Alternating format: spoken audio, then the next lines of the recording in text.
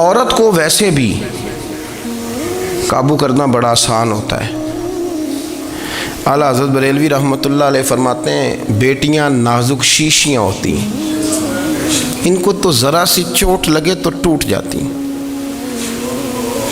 دیکھیں کتنا بڑا جملہ کہا بریلی کے امام، نازک شیشیاں ہیں، ذرا کوئی آدمی گمراہ کرتا ہے، ذرا خراب کرتا ہے۔ اب دیکھیں نا، جو بچیوں کو بچے مس گائیڈ کرتے ہیں، انہیں بڑے بڑے خواب دکھاتے ہیں، وہ بیچاری ماں باپ کو چھوڑ کے، بہن بھائی کو چھوڑ کے اس کے ساتھ شادی کرتی ہے، پھر جو اس کا بعد میں حشر ہوتا ہے، آپ ادلیاں نو سردار پہن تکے تے شرما والیاں نو جھوٹے ڈولیاں دے۔ پھر وہ بیچاری ماں باپ رکھتے نہیں، وہ ظلم کرتا ہے، تو کتنی بڑی تکلیف میں وہ بچی آ جاتی۔ نازک شیشی ہوتی ہے نا تو ٹوٹ جاتی۔ یہی حال اب جدید خواتین اور یہ جو کچھ اینکر پرسن ہیں، یہ اصل میں نا یہ آپ کو سیاست سکھاتے ہیں، لیکن یہ مادر پیدر آزاد لوگ ہیں، بالکل آزاد۔ یہ تو علماء شور نہ کریں، بات نہ کریں، گفتگو نہ کریں، مشائخ بات نہ کریں، اور یہ جو کچھ سنجیدہ اور دینی طبقہ ہے یہ کوئی شور نہ کرے، یہ تو روڈوں پہ ننگے ہو کے آ جائیں معاذ اللہ۔ خوفناک نظریہ رکھتے ہیں یہ لوگ۔ عورت کو کہتے ہیں تیرے حقوق ہم تجھے لے کے دیں گے، مثلاً وہ کون سا حق ہے جو تم نے لے کے دینا ہے؟ میرے نبی کریم صلی اللہ علیہ وسلم اس کو بیٹی بھی بنایا ہے، اس کو بہن بھی بنایا ہے، اس کو ماں بھی بنایا ہے، اسے بیوی کا عالی شان رتبہ بھی عطا فرمایا ہے۔ اور چونکہ بیٹی کا بھی حق بڑا بیان کیا جاتا ہے، بہن کا بھی، ماں کا بھی، اور بیوی کے معاملے میں لوگ سمجھتے ہیں کہ زیادہ بات نہیں کرنی چاہیے، شاید مسئلہ خراب ہو جائے۔ حالانکہ نبی پاک صلی اللہ تعالیٰ علیہ وسلم نے بیوی کے بارے میں پتہ کیا فرمایا؟ فرمایا جب تم نکاح کر لیتے ہو تو اپنا ایمان محفوظ کر لیتے ہو۔ اب میں اس کی شرح نہیں کرتا، اب خود کر لیجئے گا کہ وہ ایک ایسی شخصیت ہوتی ہے کہ جس کی موجودگی میں آپ کا ایمان محفوظ ہے۔ اب میں نہیں سمجھتا کہ اس سے بڑی بات کوئی اور ہو سکتی ہے، جس کی موجودگی میں آپ کا ایمان، اور بھئی یہ حدیث پاک عرض کر رہا ہوں، نکاح جب کوئی کر لے تو اس نے اپنا ایمان مکمل کر لیا۔ اس کا معنی یہ ہوا کہ آپ کا ایمان محفوظ ہے اس کی موجودگی میں، تو اس سے زیادہ بھی، یعنی ایمان سب سے قیمتی چیز ہے نا، تو اس کے محفوظ ہونے کی وجہ حضور نے نکاح بیان کر دی۔ تو اب میرا خیال ہے بیوی اگر کوئی اس سے بڑا حقوق مانگے گی تو بیوقوفی کرے گی۔ اتنا بڑا درجہ نبی کریم نے اسے عطا کر دیا، اتنا بڑا مقام دے دیا کہ تو خاوند کے ایمان کے محفوظ ہونے کا ذریعہ بن گئی ہے۔ عورت کو جو حقوق رسول کریم صلی اللہ تعالیٰ علیہ وسلم نے عطا فرمائے، نبی پاک نے جو حقوق دیے، دیکھیں نا، حضرت عبداللہ ابن عمر رضی اللہ تعالیٰ عنہ کی اہلیہ بیمار تھی، تو جلدی جلدی سے وہ آئے، آپ کے خادم کہنے لگے حضور خیریت ہے؟ فرمایا میری بیوی بیمار ہے۔ تو اس نے عرض کی حضور آپ کی اہلیہ بیمار ہے، تو آپ نے نماز بھی جلدی سے پڑھی، سفر بھی جلدی جلدی کیا، تو فرمانے لگے یہ وہ چیزیں ہیں جو ہمیں مدینے والے رسول نے سکھائی۔ آپ اس کیفیات کو سمجھیں کہ حضور صلی اللہ علیہ وسلم نے درس دیا۔ اور پھر ایک اور بہت بڑی بات، یہ فضیلت کسی اور کو نہیں دی، جو عورت کو حضور نے فضیلت دی، یہ فضیلت کسی اور کو نہیں دی۔ کبھی حضور نے فرمایا کہ تمہارا ابا تمہارے ساتھ بہت سخت رویہ کرے تو تم نے اس کو اس سختی پر داد دینی ہے؟ فرمایا چلو اگر وہ زیادتی بھی کرے تو تم نے اس کے ساتھ سلوک اچھا ہی کرنا ہے۔ لیکن آپ ایک بات کو سمجھے نا کہ بچے کے بارے میں، بیٹے کے بارے میں، بیٹی کے بارے میں فرمایا 10 سال کے ہو کے نماز نہ پڑھے تو سختی کرو، تمہارا ڈنڈا بھی لٹکنا چاہیے۔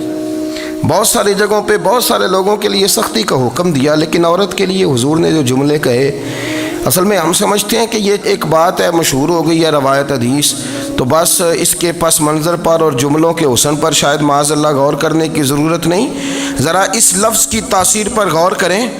حضور نے فرمایا عورت ٹیڑھی پسلی سے پیدا کی گئی ہے، یہ ٹیڑھی ہے، کو سیدھا کرنے کی کوشش کرو گے تو ٹوٹ جائے گی۔ تو حضور پھر ہمارے لیے حکم کیا ہے؟ فرمایا جیسی ہے تم اسی کے ساتھ نبھا کرو۔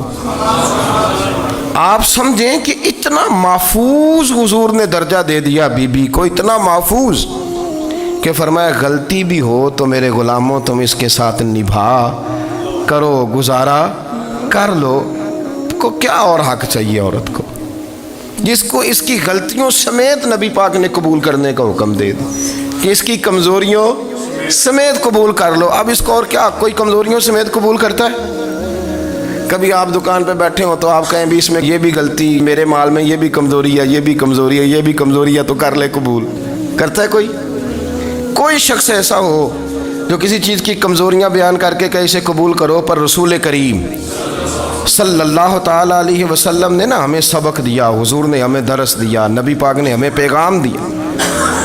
فرمایا یہ ٹیڑھی ہے، سیدھی کرنے کی کوشش کرو گے تو بیچاری ٹوٹ جائے گی، تو اس کے ساتھ نبھا کر جاؤ.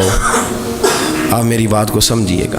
چلیں میں اس پر ایک اور بخاری مسلم کی حدیث پڑھتا ہوں. حضرت سلمان فارسی رضی اللہ تعالیٰ عنہ اور حضرت ابو درداء کے درمیان بھائی چارہ تھا. مکے سے مدینے جب لوگ آئے تو حضور نے بھائی بھائی بنایا تھا. ان کے درمیان بھائی چارہ تھا تو ابھی پردے کی آیات نازل نہیں ہوئی تھیں، تو لوگ ایک دوسرے کی طرف جاتے تھے. حضرت سلمان فارسی رضی اللہ تعالیٰ عنہ حضرت ابو درداء رضی اللہ تعالیٰ عنہ کے گھر میں تشریف لے گئے تو دیکھا کہ ان کی بیوی بڑی غمگین بیٹھی ہیں. تو ہم نے فرمایا بہن کیا ہوا؟ تو کہنے لگی تمہارے بھائی کو دلچسپی کوئی نہیں رہی، ہر روز روزہ رکھ لیتا ہے اور ساری رات نفل پڑھتا ہے. حضرت سلمان فارسی کہنے لگے ٹھیک ہے کر لیتے ہیں بندوبست. نماز دین ہے کہ نہیں؟ دین ہے نا یہ چیزیں. لیکن حضرت سلمان فارسی جناب ابو درداء سے کہنے لگے آج میں نے تیرے گھر میں رہنا رات کو، کیونکہ وہ تو ساری رات نماز پڑھتے تھے، نفل پڑھتے تھے. انہوں نے کہا ٹھیک ہے. ایک بستر لا کے بچھا دیا حضرت سلمان فارسی کے لیے. سلمان فارسی فرمانے لگے دوسرا بھی لا.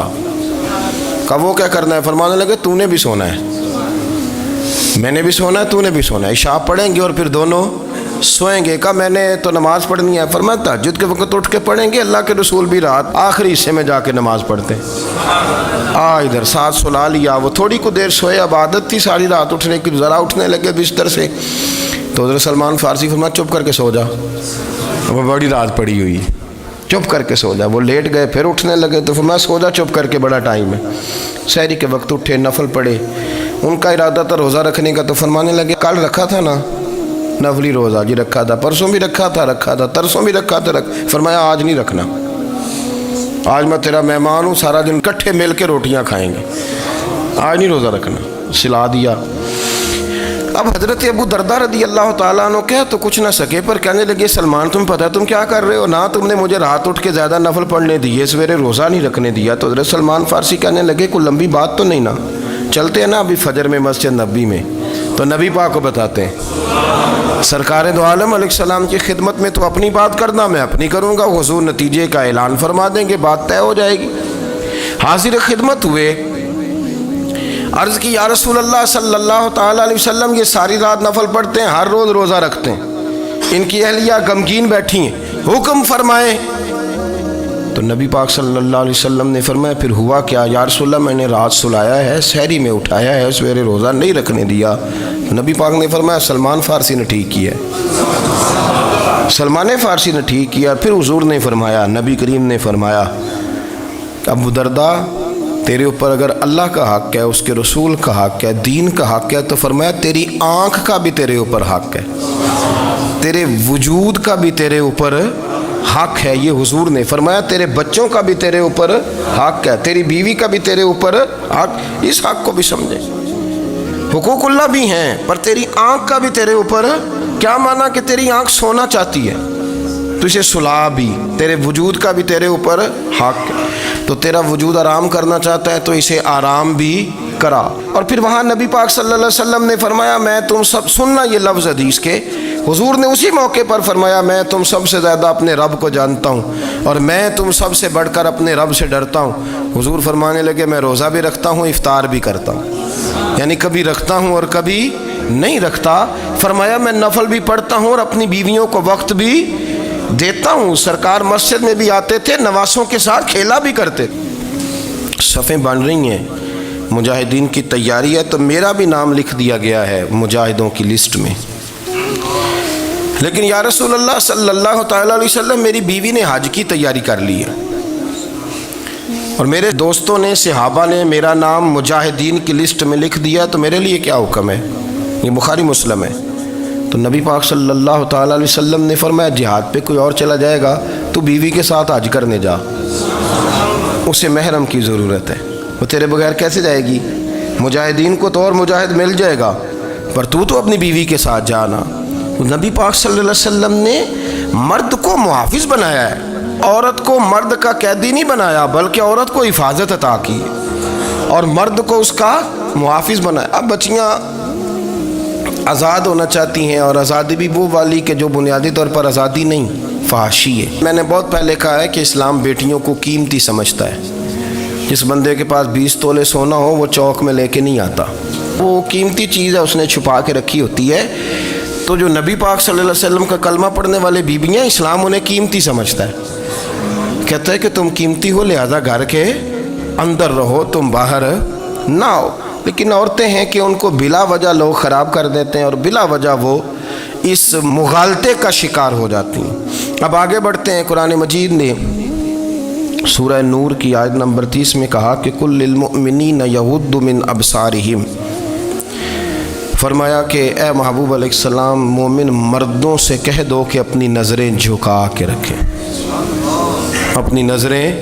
اور اگلی آیت میں فرمایا وَقُلْ لِلْمُؤْمِنَاتِ يَغْضُضْنَ مِنْ أَبْصَارِهِنَّ، فرمایا کہ اے محبوب مومن عورتوں سے بھی کہہ دو کہ اپنی نظریں جھکا۔ مرد بھی اپنی نظر جھکا کے رکھے گا عورت کی طرف، لیکن یہ ساری پابندی صرف مرد پر نہیں، عورت بھی غیر محرم کا چہرہ نہیں دیکھے گی، اس پر بھی اسی طرح نظر جھکانے کا حکم ہے، جس طرح کہ وہ ہر دکاندار کو بھائی جان کہہ کے گفتگو کرنے کی اس کو بھی اجازت نہیں ہے کہ وہ بھی وہ سمجھے کہ پابندی تو مرد نے کرنی تھی، میں نے تھوڑی کرنی تھی۔ وہ جس کے پاس جائے، جہاں بھی جائے، ڈاکٹر کے پاس جائے، باہر جائے، تو وہ جس طرح مرضی اس کا دل چاہے وہ بات چیت کرے، اس کی عورت کو بھی اجازت اسلام نہیں دیتا۔ بنیادی طور پہ اسلام شرم و حیا کا دین ہے، حیا کی بات کرتا ہے۔ حیا کی جب ہم تعریف کرتے ہیں تو حیا کی تعریف یہ ہے کہ کوئی کبھی چیز دیکھ کے نہ تو آپ کی طبیعت میں کراہت محسوس ہو، آپ کوئی غلط جملہ منہ سے نکالتے ہوئے ذرا جھجکیں، آپ کوئی غلط بات کرتے ہوئے تھوڑا بوجھ محسوس کریں۔ ہمارے ہاں تیزی سے فروغ پایا ہے بے حیائی میں، سنگیوں کی محفلیں، یاروں کی محفلیں، اس میں غلیظ گفتگو ہوتی ہے، الا ماشاء اللہ۔ جن دوستوں کو بڑی پاک صاف گفتگو کرنی چاہیے، دوستی کا رشتہ بڑا مقدس رشتہ ہے، جو یہاں ایک دوسرے سے پیار کریں گے جنت میں بھی اکٹھے داخل کیے جائیں گے۔ شرط یہ ہے کہ پیار اللہ رسول کی رضا کے لیے ہو، لیکن اس کے اندر اگر آپ کی گفتگو کچی ہو، کمزور ہو، فحاشی والی ہو، عریانی والی ہو، وہ ہمارے ہاں تو اب اس کو لوگ فیشن سمجھتے ہیں، اس کو مردانگی کی علامت سمجھتے ہیں کہ وہ جی ساری باتیں جی وہاں ہو گئیں، اور جس کا جو جی چاہا اس نے کہا۔ آپ جب حیا کے دائرے میں ہوتے ہیں تو آپ خود بھی سکون محسوس کرتے ہیں۔ دیکھیں نا، آپ کو نیند سکون سے کہاں آتی ہے؟ جہاں کمرہ بند ہو، چاروں جانب دیوار ہے، اوپر چھت ہے، خالی دروازہ بھی کھلا ہوا ہونا تو جب بندہ سکون لینا چاہتا ہے تو کہتا ہے یار ذرا دروازہ ذرا بند کر دو۔ وہ اچھی طرح اپنے آپ کو چھپا لیتا ہے نا حیا کے پردے میں، تو اللہ اسے سکون عطا کرتا ہے۔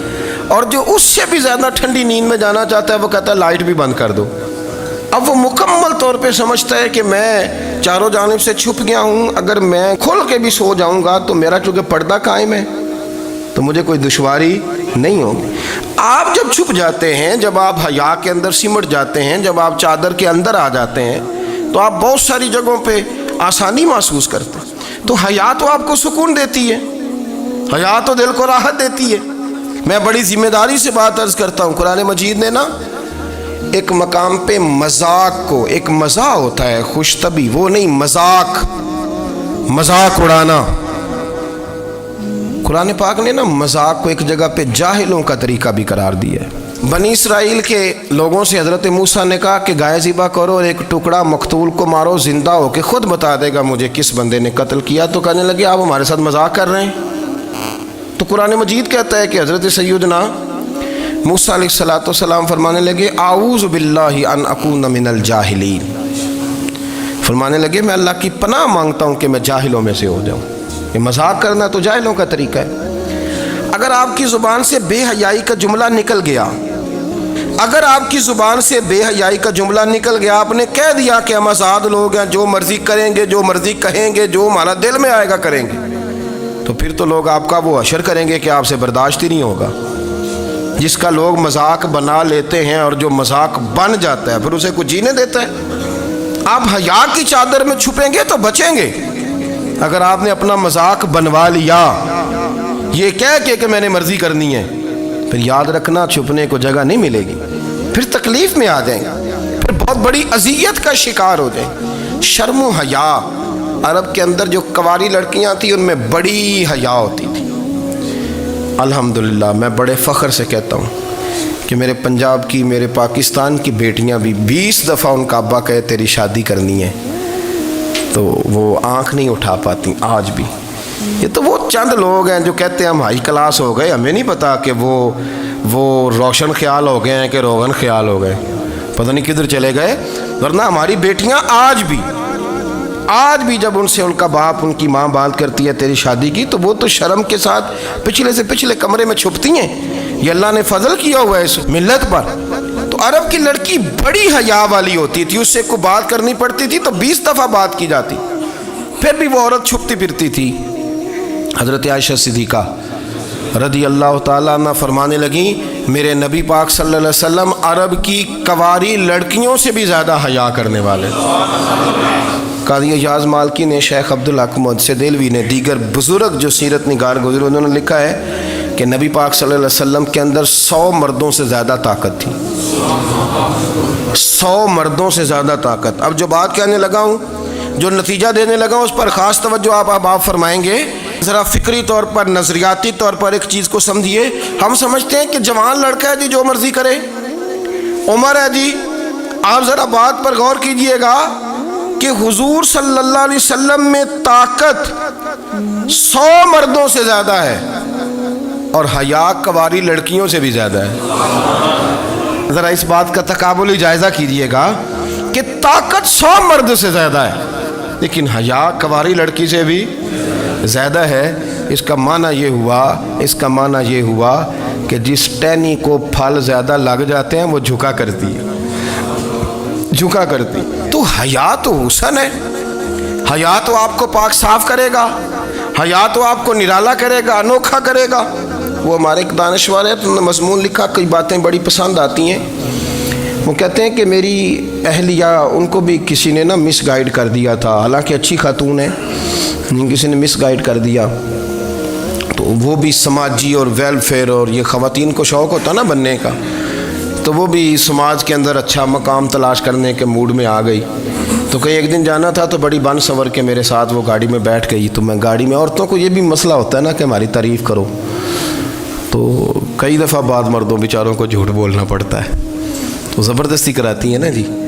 تو اس میں گنجائش بھی دی ہے شریعت نے گنجائش دی ہے کہ کبھی بیوی کو راضی کرنے کے لیے خلاف واقعہ بات کرنی پڑے تو کر لینی چاہیے، تو وہ کراتی بھی ہیں۔ 3 موقع پر خلاف واقعہ بات کرنے کی اجازت ہے، یعنی واقعہ کے خلاف بھی آپ بات کر سکتے ہیں۔ جنگ کے موقع پر 2 لوگوں کو صلح کرانے کے لیے اور بیوی کو راضی کرنے کے لیے کر لیں کوئی ایسی بات، بے شک اپنی طبیعت پہ جبر کر کے کر لیں، گنجائش ہے، اجازت ہے۔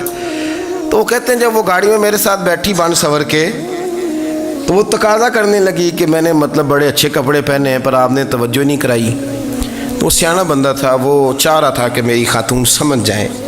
وہ کہتے ہیں مجھے پتہ تھا کہ بیچاری مس گائیڈ ہو گئی ہے، دل کی بڑی اچھی ہے، سیاਣੀ ہے، لیکن اس کو کچھ خواتین نے، کچھ لوگوں نے مل کے اس کو ذہن غلط کر دیا ہے کہ تو اس نے کہا کہ آپ کر دیں۔ تو کہتے ہیں میں نے درد سے اور خلوص سے اپنی بیوی سے کہا، خلوص کے ساتھ میں نے کہا میں تو روز گھر ہوتا ہوں، روز شام کو گھر ہوتا ہوں، اگر تو میرے لیے تیار ہوتی تو میں تیری تعریف کرتا، لیکن آج تو باہر جانے کے لیے تیار ہوئی، تو پھر ان سے تعریف کی امید رکھ جن کے لیے تو نے تیاری کی ہے۔ میرے لیے تیاری کرتی تو میں تو ہر شام تیرے پاس ہوتا ہوں۔ کہتے وہ میرے لفظوں میں درد تھا تو وہ بھی رو پڑی، کہنے لگی آپ گاڑی روک دیں، مجھے باہر جا کے کسی کو راضی نہیں کرنا، میں نے اسے راضی کرنا ہے جس کو رب کریم نے میرا شوہر بنایا ہے اور میرے لیے منتخب کیا ہے میرے ماں باپ کو، میں واپس لوٹتی ہوں۔ یہ ایک پہلو ہے سلگتا ہوا، اس کو سمجھا جائے۔ رسول کریم صلی اللہ علیہ وسلم عرب کی کنواری لڑکیوں سے زیادہ حیا والے تھے، کنواری لڑکیوں سے زیادہ حضور حیا فرمایا کرتے تھے۔ جب خانہ کعبہ کی مکہ شریف میں تعمیر ہو رہی تھی نا، اہل عرب اس کو تعمیر کر رہے تھے، تو نبی پاک صلی اللہ علیہ وسلم اپنے چچا حضرت عباس کے ساتھ خانہ کعبہ کی تعریف میں مصروف تھے۔ تو عرب کے لوگ چونکہ لمبا کرتا پہنتے تھے پیروں تک، تو نیچے اگر کسی وقت کوئی چیز نہیں بھی ہوتی تھی تو کسی کو وہ نظر نہیں آتی تھی، چونکہ پردہ رہتا تھا، ایک لمبا کرتا پہنا ہوا ہوتا تھا۔ تو جب بچے، سرکار کی عمر مبارک بھی ابھی تھوڑی تھی، تو اس طرح بچے جب نکلتے تو وہ کئی دفعہ اپنی تہمد اتار دیتے نیچے سے، اور کوئی مزدوری کرنے لگتے تو 3-4 طے کر کے نا تہمد کی کندھے پہ رکھ لیتے، جس طرح کبھی دیہاتوں میں لوگ کپڑا سر پہ رکھتے تھے کہ اوپر اگر کوئی وزنی چیز رکھیں گے تو وہ تکلیف نہیں دے گی۔ نبی پاک صلی اللہ علیہ وسلم بھی سب لوگوں کے ساتھ خانہ کعبہ کی تعمیر میں شامل تھے۔ تو حضرت عباس رضی اللہ تعالیٰ عنہ نے کہا حضور سے، ابھی اللہ نے نبوت بھی نہیں فرمایا تھا، بھتیجے آپ بھی تہمد اتاریے، یہ صحیح مسلم میں حدیث موجود ہے، اور اس کو کندھے پہ رکھ لیجیے، آپ اینٹیں اٹھا اٹھا کے لا رہے ہیں تو ذرا آپ کو تکلیف نہیں ہوگی۔ تو سرکار دو عالم صلی اللہ علیہ وسلم سے یہ بات کہی، اور پھر جلدی سے حضور کی تہمد کو نکال کے نا، حالانکہ لمبا کرتا پہنا ہوا ہے، تو وہ جیسے ہی ان کے کندھے پہ رکھا اینٹیں رکھنے کے لیے، تو سرکار تو زمین پہ گر گئے، بے ہوش ہو گئے، آنکھیں آسمان کی طرف، اور پھر حضور پکار رہے ہیں آزاری آزاری آزاری، میرا تہمد دے دو، میرا تہمد دے دو۔ کبھی کوئی شخص اس وجہ سے بھی بے ہوش ہوا ہے کہ میرے وجود سے کپڑا اتر گیا ہے؟ حالانکہ سرکار پر وہ بے ہوشی بھی نبی پاک کا وہ جو غلبہ ہے نا شرم و حیا کا، اس کی وجہ سے ہوا، ورنہ تو حضور فرماتے ہیں کہ میری آنکھیں سو جاتی ہیں، دل تو میرا اس عالم میں بھی جاگتا رہتا ہے۔ تو سرکار زمین پہ تشریف لے آئے، آنکھیں میرا تہمد دے دو، میرا تہمد دے دو، تو جلدی سے انہوں نے تہمد دیا، تو حضور نے باندھ لیا، پھر طبیعت مبارک میں تسلی ہوئی۔ یعنی ہم اس رسول کے غلام ہیں کہ جن کے تو وجود سے کپڑا اتر جائے تو حضور برداشت نہیں کرتے، قبول نہیں